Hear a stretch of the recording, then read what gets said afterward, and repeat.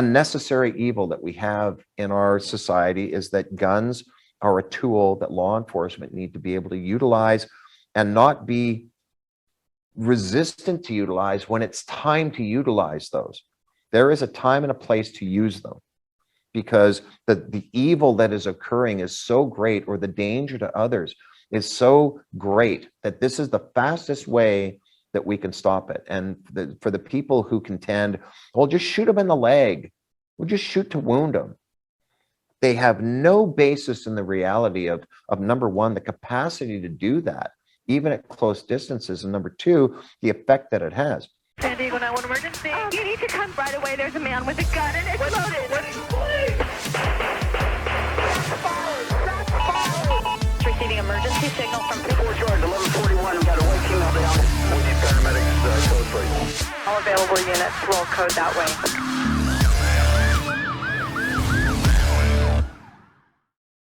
Dr. Ken Murray is author of the book Training at the Speed of Life, the definitive textbook for police and military reality-based trainings.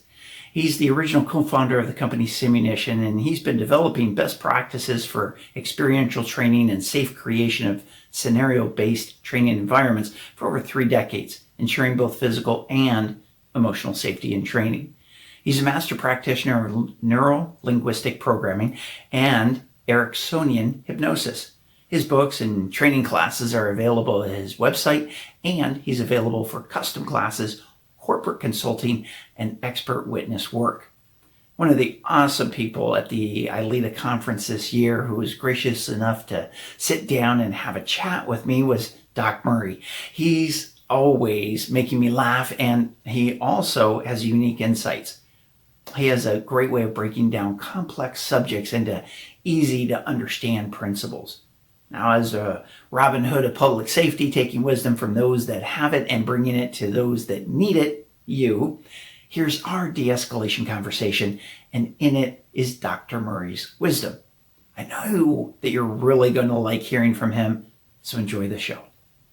Ken, welcome to the show. You're a busy man. You are all over the place, and this week you've been here at ILETA almost the entire week, if not the entire week, and that's a lot of dedication to take that much time out of your personal and professional life to be in St. Louis, to be with a bunch of cops who absolutely love you to death and just love spending time with you. And I've gotten to know you just over a meeting here, you being in my class, a dinner there, and you're an amazing guy. Oh, that's kind of you to say. It's I'm fortunate and blessed to live an amazing life. I always wished I'd have taken more pictures and taken more memoirs, and it would have been like secondhand lions. Nobody would have believed it. It's just the pathways that I've traveled have been remarkable, and the universe is kind and knowing, benevolent, and it's brought me here to this fine day, sitting together and talking about this. Well, I'm grateful for your time, very much so, and I know our listeners are as well. So let's jump in. Let's talk a little bit about your journey, your path, how you ended up to be here at this table at an ILETA conference. How did that all play out? How did you get involved in the training world? You've written a book, which you were generous enough to gift me, which I'm very grateful for. Let's talk about the path that led you here today. I'll give you the short and long version. Yeah, it all started with a paintball game. Right, close friend of mine up in Canada. I was living in Ottawa, Canada at the time, and he was running the Great Canadian Adventure Weekend. And so we brought, 40 or 50 people to his place out in the country, and the girls were going to hang out by the pool, and we're going to go play paintball. It's kind of an interesting new thing. And so we said, yeah, we're going to go do that. And it was so much fun, so engaging. I said, I want to do this. I had a little bit of land, and I'm just going to go buy some paintball guns. How hard could that be? And I started looking around, and fortunately, there was a guy in Ottawa, Canada, that made and sold paintball guns. I called up the phone. Hey, I'm Ken Murray. I'm Ken Murray. I want some paintball guns. And he said, well, I can't have any. You got to franchise a field. So I'm not franchising the field. Well, you're not getting any paintball guns. I'll just go find them someplace else. I said, good luck, son. I thought, all right. And started looking around, and they just didn't exist. I guess there were a couple of small companies that were making them. They originally were designed for marking trees in forest. Nell Spot was the name of the company, and loggers would go out into the forest and go whack that one, whack that one. They'd use it for cattle culling. Anything that had the pink or the orange mark on it, that's the one the other people go and get.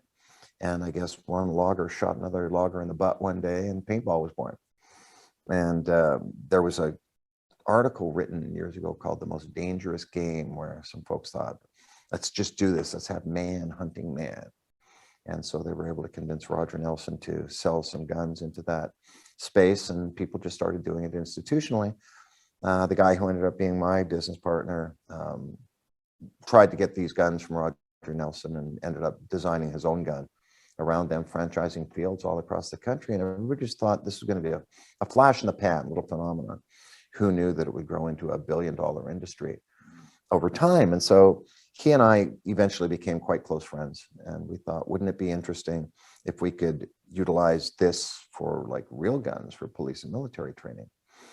And the person who had pretty much done all of the engineering on his gun, a guy by the name of Ted Szabo, who eventually went and built the first high-capacity 45 pistol, the Para-Ordnance 45. And he was just a brilliant engineer, and he'd come up with something that looked like a little MAC-10 machine gun. And it was primer-powered, and the mechanism by which it propelled paintballs was really quite novel. And so now you had the first explosive-powered paintball gun, but it was too powerful, too fast for the recreational paintball industry. And so Dave and I got the institutional rights to this thing to go out and sell to police and military.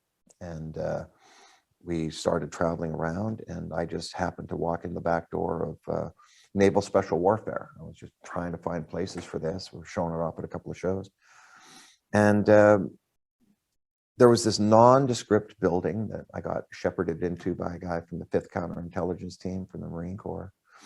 And he said, we're never going to do anything with this, but this guy might have an interest. I didn't know where we were, who he was, but he had a little poster of a king on his little punch board. And the king's back is to the door, and he's digging through chipped helmets and broken swords and shattered shields.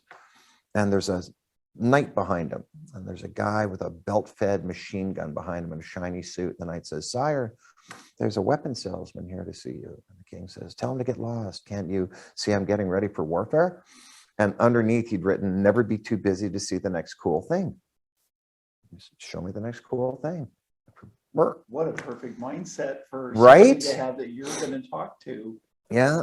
And so and it's in a poster, no less. Right. What an interesting mindset is that in many ways we close ourselves off to information in so many areas of our life, and we don't look for the next cool thing. And so if we are mindfully aware and alert, that doesn't mean we have to listen to every guy in a shiny suit with the next bell and whistle. But that doesn't mean we shouldn't lean in, right? Be curious. There's this great TV show called Ted Lasso. And it's an American who goes over to England to coach a soccer team. And he's treated as a bit of a goober, but he's got all of this interesting wisdom. And he ends up playing a dart game against the divorcing husband of the woman who owns the team. They have an adversarial relationship. And this guy turns out to be this real ringer dart player. And they put a bet on there that if Ted, who's thrown a dart not particularly well, if he wins, then this guy, Rupert, will never step foot in the locker room for the rest of the season. But if he wins, then Rupert can choose the starting lineup for the rest of the season. And so Rupert reaches in and pulls out some darts and goes, oh, forgot I had these.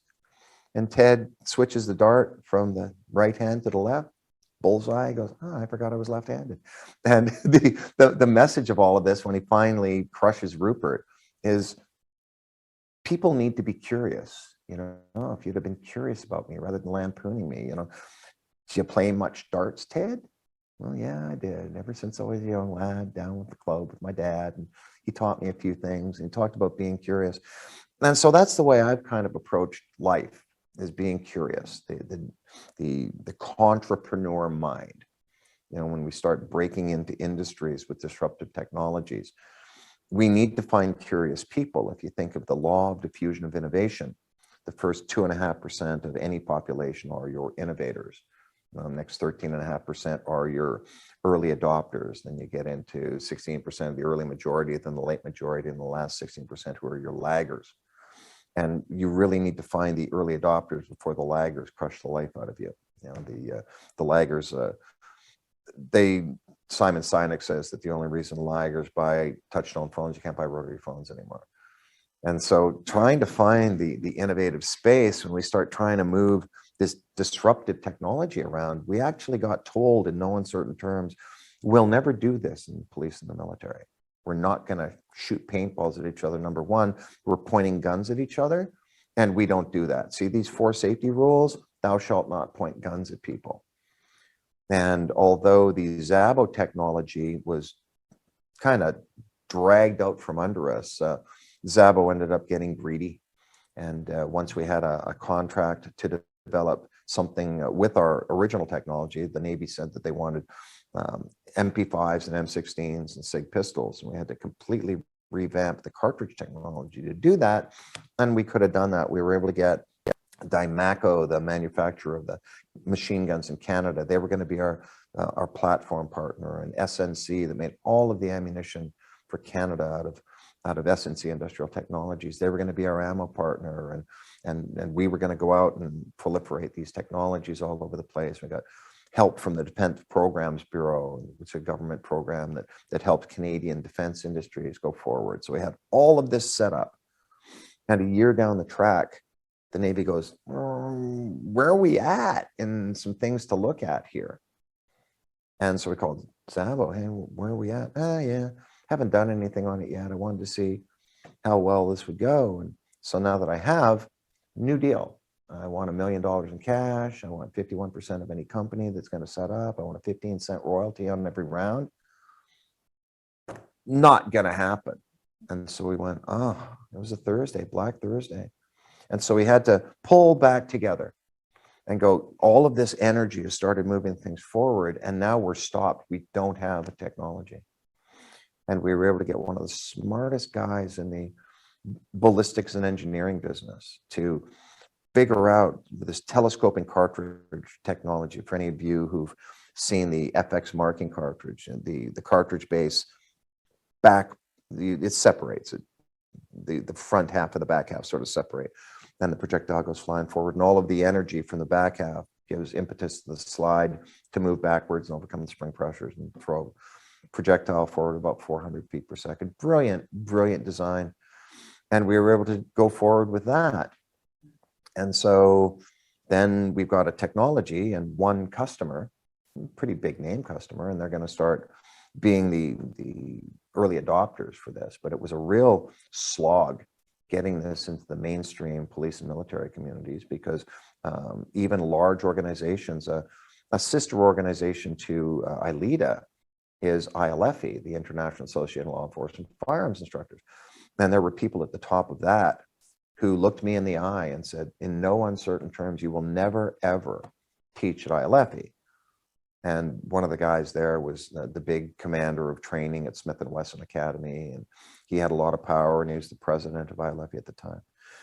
And he just didn't like me, didn't like the technology, didn't want Smith & Wesson to have anything to do with it, despite that it was a popular law enforcement pistol. And so we had to fight our way through and discover that we also, as an ammunition company, had to create firing platforms. The firearms companies didn't want anything to do with us. We went over to Glock and said, you know, you're the most popular pistol, and your pistol is really, really hard to solve. You got a polymer frame, it eats up the recoil, and you have an offset firing pin that's like a line and not a dot. And there's just so much going on with this thing. And Gaston Glock said this, look, you Americans have made my handgun the most heavily litigated sidearm on the planet. And now you want me to produce something where you're actually going to be pointing guns at each other and training? And on purpose shooting shooting each other? He didn't want any part of it. And so got a cruller and a coffee and sent out the door unceremoniously. And only once this became so popular that police departments were clamoring for it. The only reason that the Glock pistol, they made a whole converted pistol, the 17T, the blue gun. The only reason they did that was the Austrian army said, we're not going to buy any more guns if they haven't got this capability, this FX capability to it. And so Glock was going to lose the military contract in the Austrian army for the pistol. So pretty much overnight, he said, okay, well, we'll build this thing, but didn't ask our help for it. And there were a lot of technical challenges to it that he didn't know what he was doing. And there it is now. I mean, it has been in use since, I guess the early 90s, all over the place, and really revolutionized the way people did some training for opposed force training. How do you practice gunfighting if you're not shooting at somebody? And so the military said, we're never going to pay paintball and we're never going to play paintball and training. And out of the $100 million contracts written around it, and acronyms, the SESAMs and whatever the Army contract is, CCMCK, the color combat something marking system. And so interesting how we can change things if we take a little bit and move in a direction.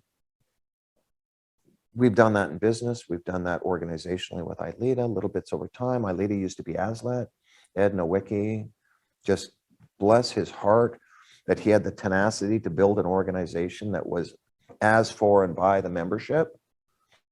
But back almost 20 years ago, there was a infighting within the organization, and Ed got voted out of his own organization. And at that point, ASLET sort of fell apart, and out of the ashes rose yet another phoenix. That was the original ASLET symbol, was and it was qui doscit discit, he who teaches learns, was the Latin saying for it. And they were just all about the membership again. And so Ed rebuilt it from scratch, deciding now it's going to be a benevolent dictatorship, not a you can vote me out. And Harvey Hedden has carried on the legacy just remarkably. And I've been away from the organization for a while and just feel so honored and blessed to have been welcomed back in, coming back to the organization and just feeling the love. As you say, a lot of people have reached out and said hello to me as I'm walking through the hallways and being thanked. And I'm the one doing the thanking. I'm the one who's truly appreciative that we've been able, with a technology, to hate to use the pun, impact so many lives, but in many ways it's very hard to measure success unless you contrast it against failure. And I don't know how many people are alive today because they're not dead today. We measure the death statistic, but we don't measure the life statistic.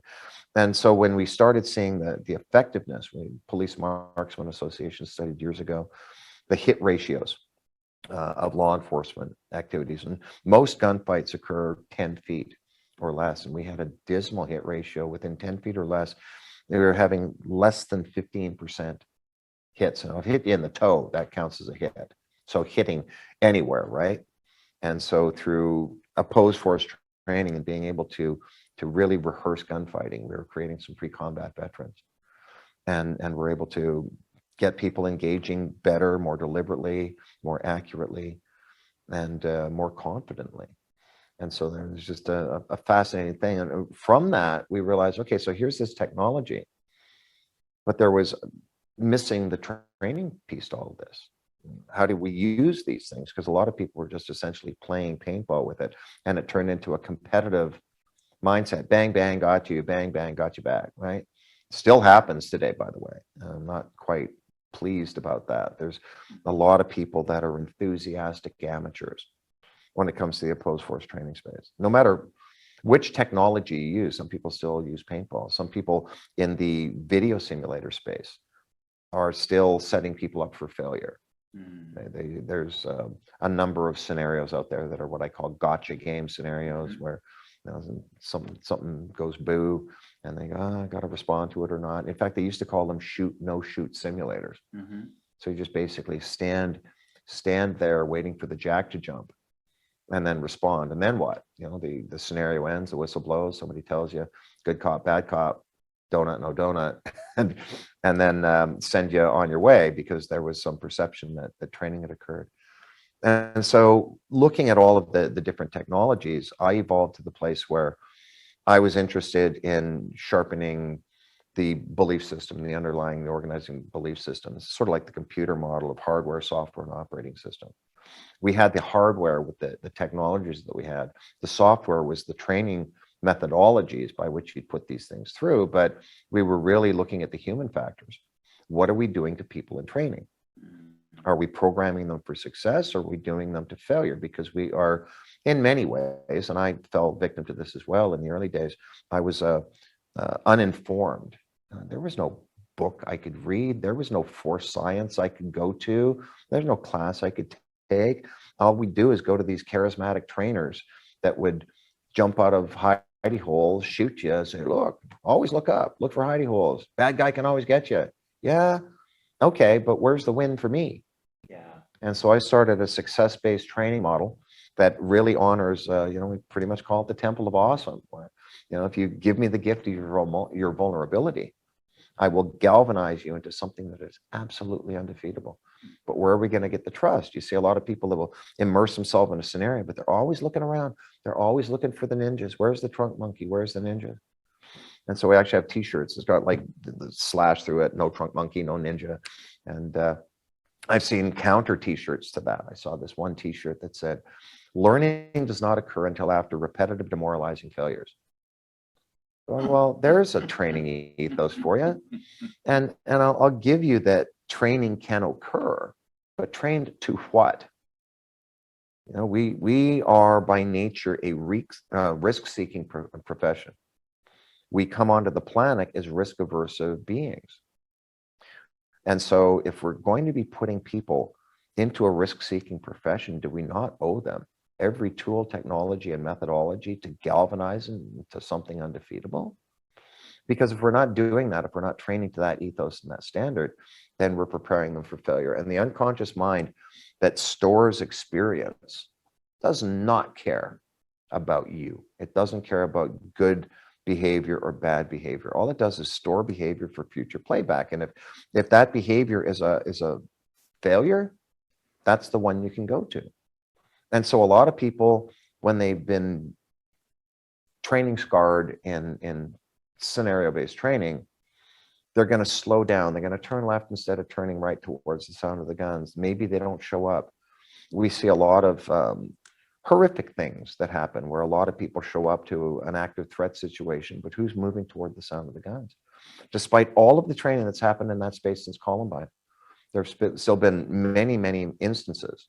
Marjorie Stoneman Douglas, where the SRO posted up and didn't go in, and then some scene commander showed up and refused to let people go in.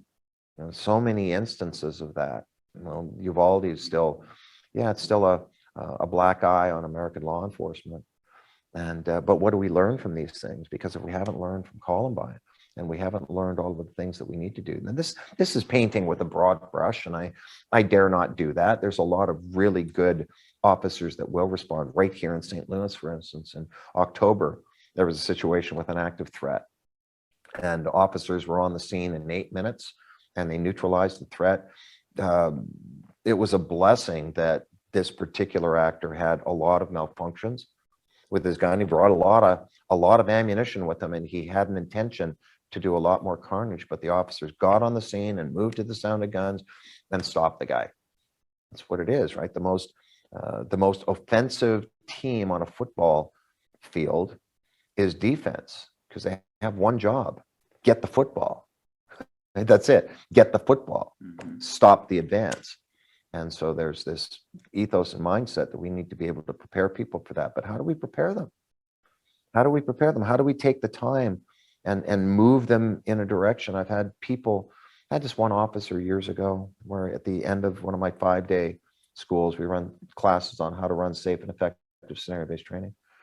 And at the end, we do this roundtable wrap up. What's your big takeaway for the week? And I had this one 20-year trooper, had been on, former Marine, been to some battles, and broke down in class saying, well, one thing that I know is that I will never do to a student what happened to me 20 years ago in the academy, where their academy, there was a traffic stop that was being handled, and this trooper sort of walked up to the door, and a trunk monkey popped out and stole their gun and shot him. And the instructor made them lay down while the entire class stood around going, "You're dead, you're dead, you're dead. And I want you to go home and tell your family you're dead because you're stupid, because you don't ever let anybody take your gun. I hope everybody realizes this, and you take lessons away from this." Oh yeah, they're taking lessons away from that. We're creating post-traumatic stress disorder in training. We can be creating, even with simple scenarios, what I call pre-TSD, where we're creating all of the fertile ground for a triggering event to take hold of somebody and really control the rest of their lives. Nobody chooses PTSD, nobody does.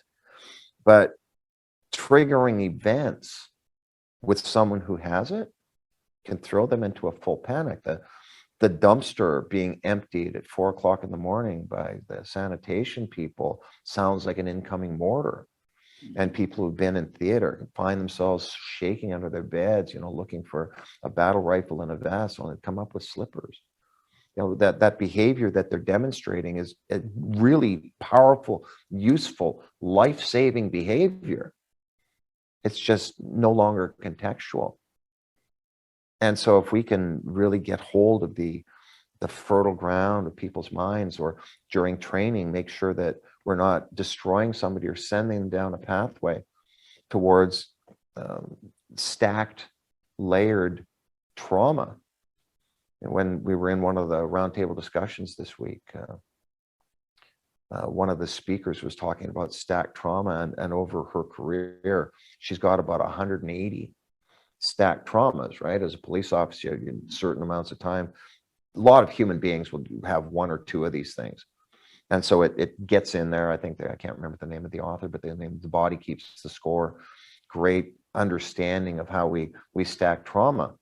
And if we don't process this through guided people who know what they're doing to help us process this trauma, then these things can really, really stack up. Well, as trainers, we're hypnotists. I'm a professional hypnotist. I do hypnotherapy. I do fun and profit, just stick people to walls. And when I first started looking at hypnosis, I wondered, is this real? I went to see the great Rabin in Canada, this stage hypnotist. I'm going, come on, this can't be real. But what if it is? Because if it is, and this guy with a strange little eye and an evil chin music, and sleep, and now you're a duck, and then all of these things that they do on the stage.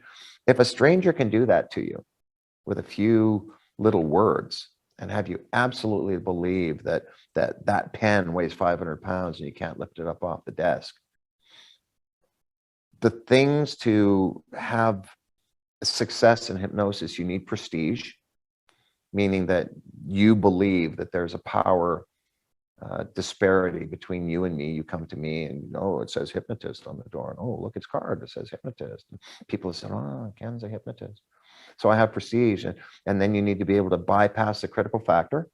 And as we get older and older, human beings have more narrow and narrow critical factors. And kids are they live in fantasy land, right? So there's so much fun to work with, but also so malleable, right? Until the age of 7, the human brain really doesn't understand between fantasy and reality. And so everything is fantasy. And beyond that, I think it was Aristotle who said, if you give me your child till age 7, I will control him until the end of time, because all of the patterns that get laid down. Well, when we start bringing people into training, as the trainer, you have prestige. They're listening, hanging on your every word, as if it's, their life and death information they're getting, because it often is. And so we're bypassing the critical factor. And so what are we putting into people's minds? What's getting in there? It's kind of like the post-hypnotic suggestion that parents will give. Go to your room and think about what you've done. Well, what did we just tell them to do? You go to a quiet space, be humiliated for a little while. I have prestige. I'm daddy. I bypass your critical factor because now you're doing this. And you're going to think about the thing that caused you to get sent to baby jail in the first place over and over and over again, which we sports psychologists, if you utilize this imagery for future rehearsal, that's the one you're practicing. And so now the kid is practicing failure over and over and over again. And so why is it that he does it again? We've actually programmed him to do it, right? And so as a trainer, if we're not finishing a scenario to what I call 6 o'clock news ready, right? Where we're going to run this scenario and we're going to be testing some behaviors that we've already taught. A lot of trainers throw people into scenarios with no training as to the end state. I see academies do this all the time. We're going to have Hell Week. And so they're going to run around and do stuff they don't know how to do. And yeah, but you're going to get better at this. Yeah, but what are we doing to them during the Hell Week process? Show me the training value. What are we trying to accomplish here? I'd rather go slowly. If I had one patch I could put on the back of every one of my training candidates, it would be STFD, slow the F down. But a lot of trainers go, oh, we haven't got time for that. But you do. I want to take a longevity approach to training. I want to take a 5 to 7 year approach. And rather than ask, you know, what are we going to do in block training this year? Where is Ken in the training progression? Well, he's been through scenarios 1 through 6. Okay, well, let's give him 7 through 9, which are strangely very similar to 1 through 6. But there's a little bit more complexity, It's the aggregation of marginal gains, as Dave Brailsford, who took Team Sky from never sniffed a podium in British cycling to undefeatable on the world stage. Little bits here and there, and compiling these little tastes of success until it is 6 o'clock news ready. Meaning if somebody goes through a scenario and they don't do particularly well, and we've got a set of these performance activities that we're looking for to meet this stated training objective. What is the objective thing we're trying to test here? The role player needs to know that, which means we need solid training for our role players. You'd never grab a collection of people out and say, okay, let's go do a Broadway play. We need to train them and select them for their acting abilities and script them and make sure that they're doing the right thing so that the audience can enjoy. But we also need to rehearse. And then we have a role player who it's an actor-director relationship, the exercise controller, the person who's sticking with the student as they go through this synthetic experience. And we want to make sure that the role player is designed to be a stimulus machine. They're demonstrating certain behaviors that should, based on the training that we've given, precipitate a set of behaviors from our student that we're just looking for. Yep, did that one, did that one, did that one, did that one. And when we get to the end of the list, the scenario's over.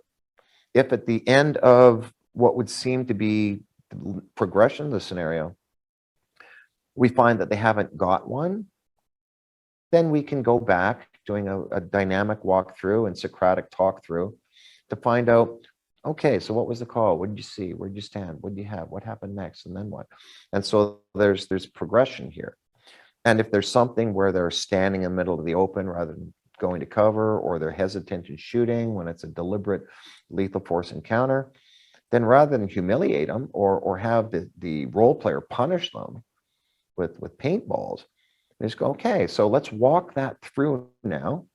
Where's a better place to stand? We're doing this with rubber guns. We're using marking cartridges for a walkthrough, talk through. We take away their marking cartridge gun, give them an inert pistol so that they can actually pull it out and be pointing it and be moving through without the danger of them being emotionally engaged and unwittingly let one go during the walkthrough, talk through. And once we walk this through and they get a good sense, oh yeah, that's a much better place to be. And yes, I saw the knife coming up. And yes, I was justified to shoot at that point. Okay, knowing what we now know, let's go own this thing.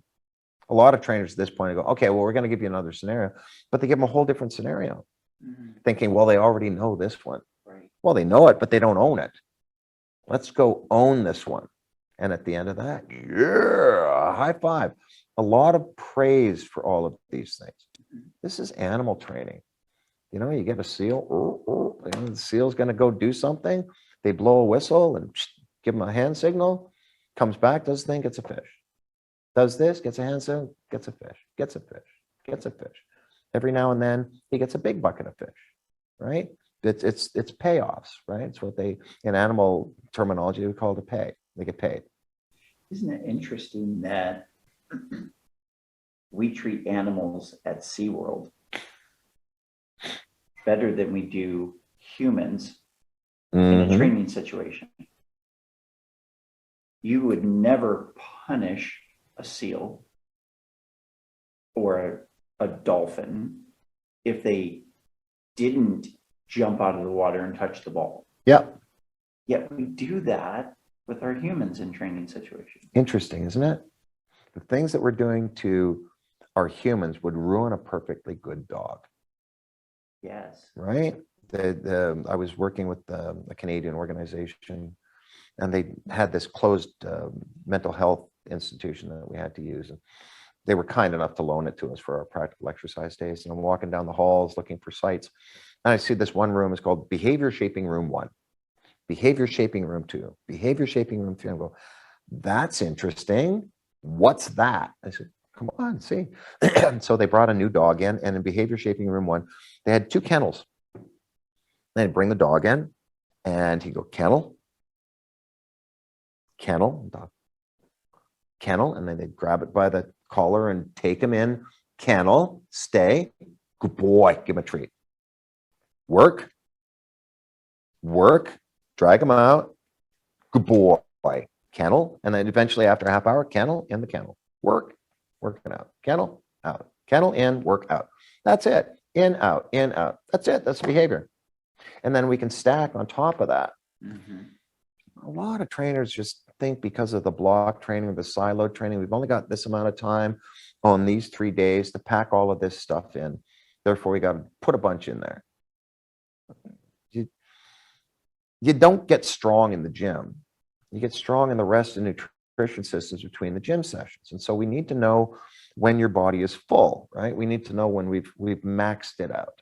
And we need to know when the student's working memory Is full. Yeah. And they're in cognitive overload, and they are no longer retaining anything. Nope. That you're in fact, it's trying to pruning. share. We're dropping things off. The forgetting mind is kicking stuff off the back of the Apple truck because we're full. Nothing else is going in, but a whole lot is going out. So we need to time that properly. There is no training value, none. In fact, negative training value to humiliation. The neurochemistry of humiliation actually inhibits consolidating new memories. And so when we think we're doing this guy a favor by showing him the error of his ways, then you go to your room and think about what you've done, you can't consolidate that new memory. Plus, you're going to be laying there at night chasing yourself around inside your mind about how much you suck, singing the I Suck song, right? Well, we need to guide that imagery. If they're going to be inside their brain seeing this over and over again, how about we practice success?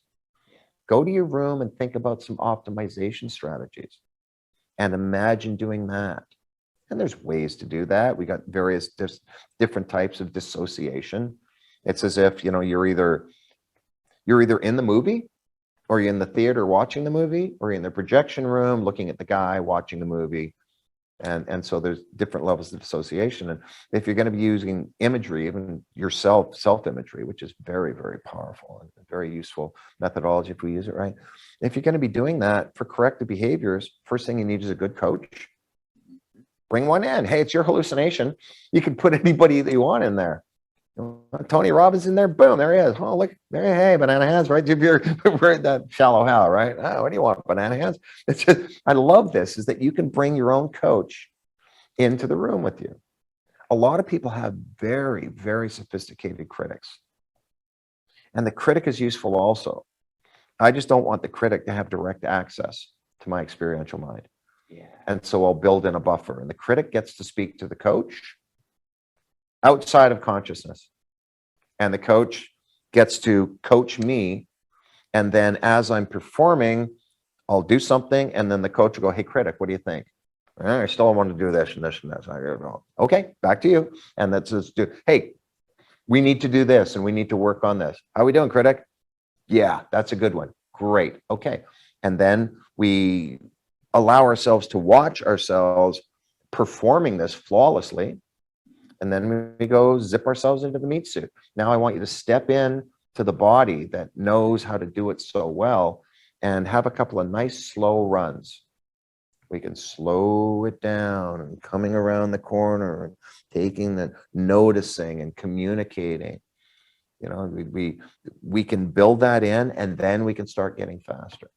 It's fascinating to me how much imagery can guide us into effective behavior, and how much internal imagery can paralyze us.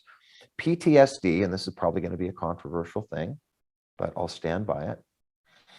PTSD, absent some sort of a traumatic brain injury, some physiological damage at the initiating event, for the most part, is a construct, not a pathology. Meaning we have an experience, we tell ourselves stories about that experience, we have emotions and feelings about that experience, we wrap it all together as a thing, and then the more we paint it with emotion, the more powerfully it will hold on to us. Add some smells into there, which don't have to get processed, straight to the brain. That's the only sense that actually touches the brain. Our fingers don't touch the brain. Our fingers get processed through certain systems. Smell goes boom, straight in there. It's the only sense that touches the brain. And so there's a lot of powerful memories that we associate through olfactory processing. And so any of the higher fidelity the experience, the more surreal it is when we process it in real life. We need to have a good, solid conversation with ourselves to make sure that we can either turn this into, it's trauma, but is it going to be post-traumatic growth or post-traumatic stress or post-traumatic injury? If eventually someone can be cured with talk therapy, then unfortunately they gave it to themselves. They would never choose to do this, ever. Right, yeah. And I hear what you're saying. You're not saying it's the person who's suffering from this, it's their fault. No. It's a matter of it's not been addressed in a more effective way for dealing with it. Yeah. And they either haven't been taught or are not utilizing effective facilitation or processing skills. A lot of agencies are really good about post-incident debriefing around and giving people time off, but you never know what story they're going to tell themselves. Felix Baumgartner, who jumped from outer space for Red Bull's Project Stratos, they called him Fearless Felix. There's a great documentary out there called Space Dive, and it shows the entire project from beginning to end and how they chose Felix and him trying to beat Joe Kittinger's record because Joe jumped from outer space back in the 60s when they were pretty much knitting spacesuits out of yarn. I mean, it's just, and so Joe is right in there helping Felix, but there were some things starting to go wrong. And the first thing they did with Felix is they brought him into what I call the big scary monsters room, where he's surrounded by world experts on everything from motion sickness to space sickness to altitude sickness to all of the things that can happen to him out there. And you can just look at his eyes in this, and you can see the fear starting to build. Now, fear is a normal physiological reaction to danger. Fear's good. Fear, it mobilizes you. You're never going to be paralyzed by fear, ever. It's a positive emotion. It gets you moving. But then once you start to feel the tinglies, the brain at some level will ask one question: do I have the tools and talent to solve this, or do I not? If the answer is yes, you go to exhilaration. If the answer is no, you go to anxiety. And the sympathetic nervous system starts to spool up, and it's like a rheostat. It's not like an on-off switch, but all of these things start to move you in I call it the wee wah meter, where in your brain you've got wee and you got wah. And so as the sympathetic nervous system starts to kick in, you start moving towards wah. And if we don't interrupt that and start calming ourselves down and knowing that there's things that we can do in order to take control of situations, then we're going to go to the wah meter. I want you to be on the wee side. Wee. And that's the exhilaration point. Well, if somebody during any training event starts to go to the wah side, you start to see them fumble, or I call it manifesting uncertainty. You start to see them doing all sorts of physical touching or this little pee-pee dance, and they're not quite sure, or they get into what we call a goofy loop. Drop the gun, drop the gun, drop the gun, drop the gun, drop the gun, drop the gun, drop the gun, drop the gun, drop the gun. Pause. What are you thinking right now? I want to drop the gun. Apparently so. Is this working for you? We're getting that kind of impression that you want this. We're stuck. Our OODA loop has turned into a hula hoop. And we're just going round and round and round and round. And so we need to break that cycle in training, right? Well, what are you thinking? better this way, better that way. Law enforcement is a simple job, really, really simple. Once we get to everybody listening to this knows what an OODA loop is. John Boyd, observe, orient, decide, and act. A lot of people tell the story a lot of different ways, but at its essence, that's what it is without going too deep into it. There's so much depth to it, but for simplicity's purposes, every decision you make, everyone deciding what shirt you're going to wear on this podcast, me deciding whether I'm going to have oatmeal or a meat stick it's observe, I'm hungry. I have internal observation, I'm hungry. Orientation, what do I have in the fridge? Got meat sticks, got oatmeal up here in the cupboard. Decision, well, do I want to be healthier or not? Do I just want to get a quick feed? What do I want? And then action. Every decision we make goes through an OODA loop, everyone. But in law enforcement, when we get to the critical incidents, once we get to the A, once we get to the action, once we've made the decision, we've gone through orientation and decision, then there's 4 things you can do. You can talk, you can fight, you can shoot, or you can leave. That's it. If anybody comes up with another one, send me an email. I'll make it 5. I'm not so married to the idea that I can't evolve things. I'll make you famous. I'll name it after you. You know, the Bobby. You know, we're going to give you the Bobby 5, right? So these are the types of things. And so when we start prosecuting any of these decisions, is it the right decision? Is it legal? Is it moral? Is it ethical? Right? Are we gonna do something stupid and get sued out of existence? Scottsdale, Arizona, if they had a critical incident and it went to court and they lost, that money came directly out of department. They were self-insured. And so now we got a $5 million judgment and that goes away. So all of the cool zoomy things we thought we were going to buy and all of the training, all of the overtime, gone. And so when we're making bad decisions, it's got that follow-on patina that we need to be cautious about what we're doing. And so all of our training, in my estimation, needs to be success-based learning. And this does not mean that everybody gets a trophy. This is everybody earns at their capacity to be full today, the things that it is that we're teaching. So not everybody's going to be a ninja warrior. The ratios of Heraclitus still hold true. Out of every 100 in combat, 10 shouldn't be there. 80 are just targets, 9 are good fighters, and 1's a warrior. Got to find that one. He brings everybody back. But if we look at, we got this little curve called the Tolley curve, which is the XY graphics, and we look at what we're trying to accomplish. This is our time frame to accomplish something, whatever it is, and it can be at 3 hours or 3 days or 3 weeks, 3 months, 3 years, whatever it is. From here to there, here's our time frame, and the skill set that we're trying to learn: crawl, walk, run, and assess. This is where our 9s and our 1s live. This is where our 80s and our 10s live. Our 9s and our 1s are our trainers typically. They're the ones that find their way into the training cadre. And so they are often looking down their experienced nose at these 80s and 10s going, what's wrong with you? We have this huge capacity gap. Come on, hurry up. You're too far behind, without honoring the true essence of slowing things down. We've been able to prove through scientific study and some pretty sophisticated groups that utilizing this crawl, walk, run, and assess, slowing things down for almost half the time, with a lot of pause plays, a lot more Socratic questioning, a lot more leaning in and being curious about where we're at. What are you thinking here? Can we do that? Why can we do that? What gives us the ability to do that? I hook the guy up and I'm going to take him out of the house. Okay, so you're putting somebody in handcuffs. Is he under arrest or he's detained?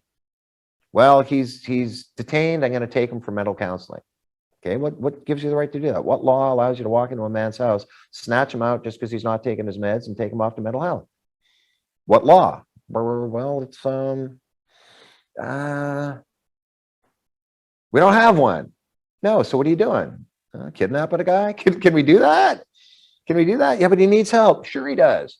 But he told you I don't want to go. And you have no color of law by which to drag this guy out of his house.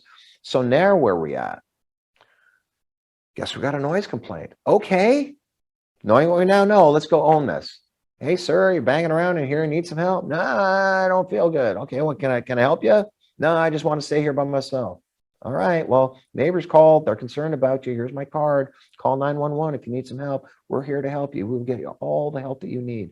And maybe now you use some of your crisis intervention speak, right? Now we can start de-escalation. I love IDEA, right? I love the acronym for your International De-Escalation Association. It's wonderful, right? Just absolutely wonderful idea. And de-escalation, people de-escalate themselves. There's no de-escalation switch on somebody. I don't know if you've seen this.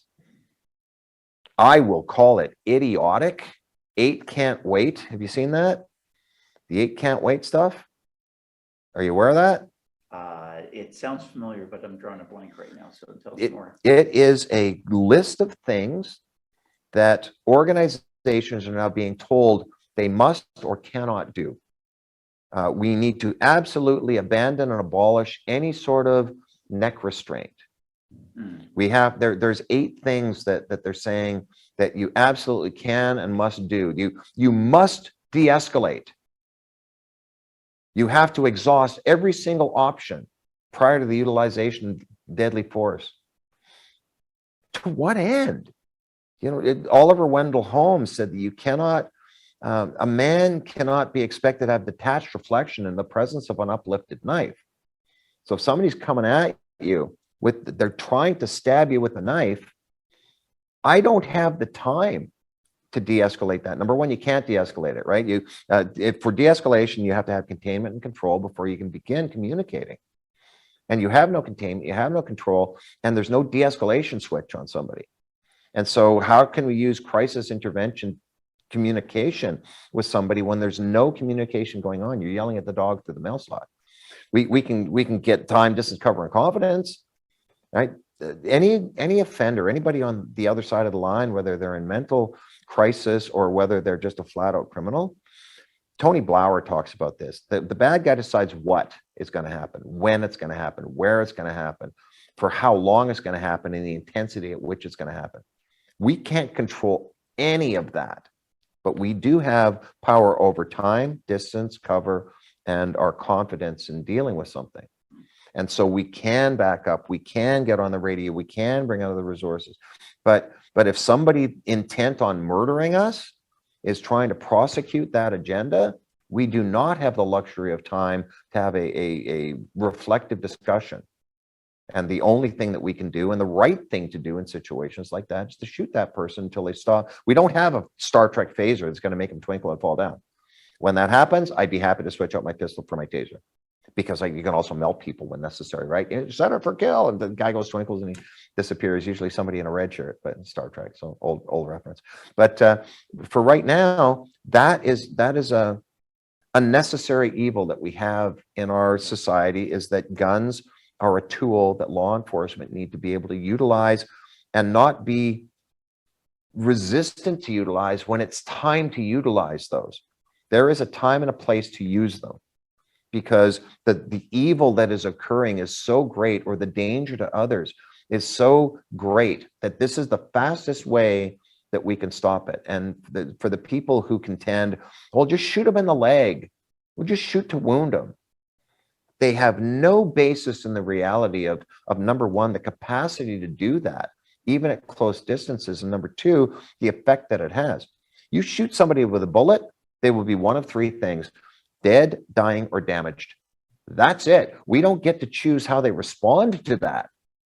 And so if what they did is within alignment of our ability to shoot people, then we need to shoot them until they stop doing the thing that caused us to shoot them in the first place, and do every single thing we can to save their life beyond that, when it's safe to do so. And law enforcement does a really, really good job of doing that. But they get pilloried out there in the community. Law enforcement shoots about 1,000 people a year.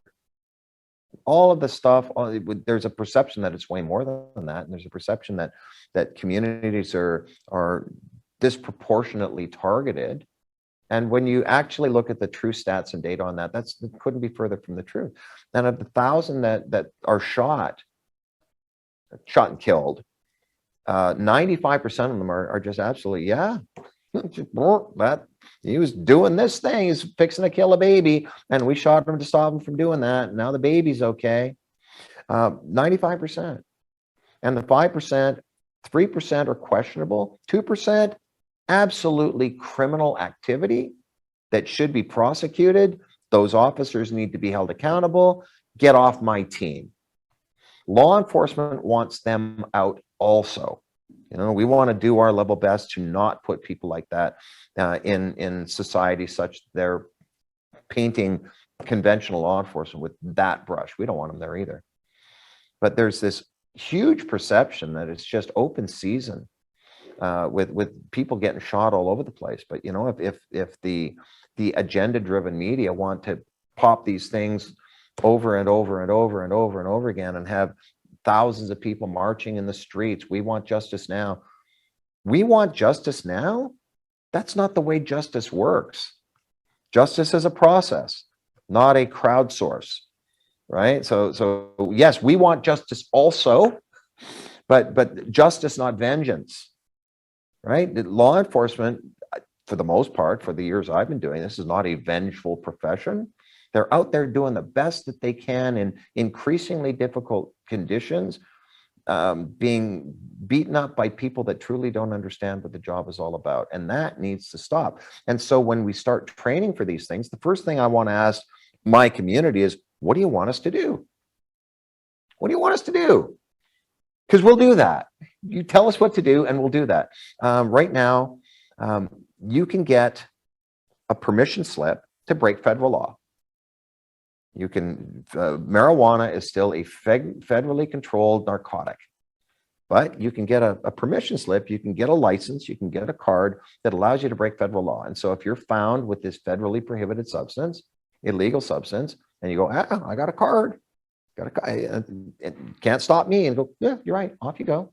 You can have your stuff and away you go. We can create that for people that want to mug and rob and murder and steal. We can create that also. We create a special card that if I'm a registered bad person, that I can go and walk into any store and grab a TV. And if you stop me, no, I got my card. And if you try and do something, you know, you're going to get sued. We can do that. We're just not going to have any stores that want to be in our community. We're just not going to have any people going to want to live in that town. So when we really do an archaeological dig on all this, society does not want to defund the police. They just don't. They want to have a more effective conversation with the people that they're putting in that position. And people in that position want to have a more effective conversation also. But there's always been this big blue wall that separates, mostly because society has lost faith in law enforcement. Law enforcement has lost faith in society. And when law enforcement loses faith in society, they're not coming.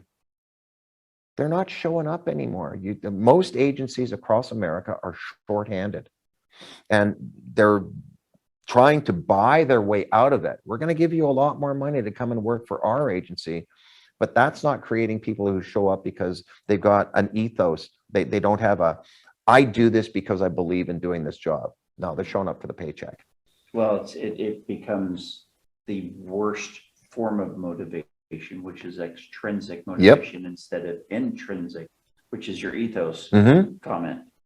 And people who have this idea of, well, we'll just do a signing bonus or an annual bonus, or we'll increase the pay to where the highest paid in the county. Well, guess what? The other agencies are going to go, well, we need to be higher paid too. You're still working with extrinsic motivation, which means you're drawing oftentimes the wrong people to the job. Now, once in a while, you might get a lateral that goes, well, I'll work for that agency because I'm going to do this job any other, one way or the other, I'm going to do this job. I might as well do it for more money over here. Yes, you might be drawing those people, but are you getting the best people even out of a lateral? Are you getting the cream of the crop, or are you getting the ones that just want to earn more money? And when it is, the balance there is, that's a really multifaceted issue, that's absolutely, because of all those different things, and about, I don't know, 2 or 3 million more. I'm gonna have to have you back on the show. we just, this has been an amazing, well-rounded discussion. When you come back, I want to make sure we talk about the Reality-Based Training Association and your book, and just more stuff on scenario-based training. I'd love it. You're your mind. I'm fascinated with how your mind works and how you flow and everything. Kind of you to say, Kerry. I've truly enjoyed this. You are a true gem of a man, and I'm honored by your time. Thank you. Thank you. Thank you. So for our listeners, be looking for another episode with Ken, because we're probably going to have about, 1,700 of them by the time before we begin to half empty his head. Listeners, thanks for your time being with us today. And as always, stay safe. I hope you found a lot of great value in this episode of the De-Escalation Conversations podcast. Please be sure to go to our website, theidea.world, THEIDEA.world. On that website, just click on the link that resonates with you most. If you're a K-12 educator, if you're a firefighter, medical services, law enforcement, flight attendants, whatever industry you're in, we have specialized training for you. So check that training out, because literally it can save your life, it can save your relationship, it can save your career. So check out theidea.world. I'll look forward to seeing you soon. Take care. This is Kerry Mensior, and thanks for watching this episode of the De-Escalation Conversations podcast. I hope you got some great insights that you can use right away. But don't stop here.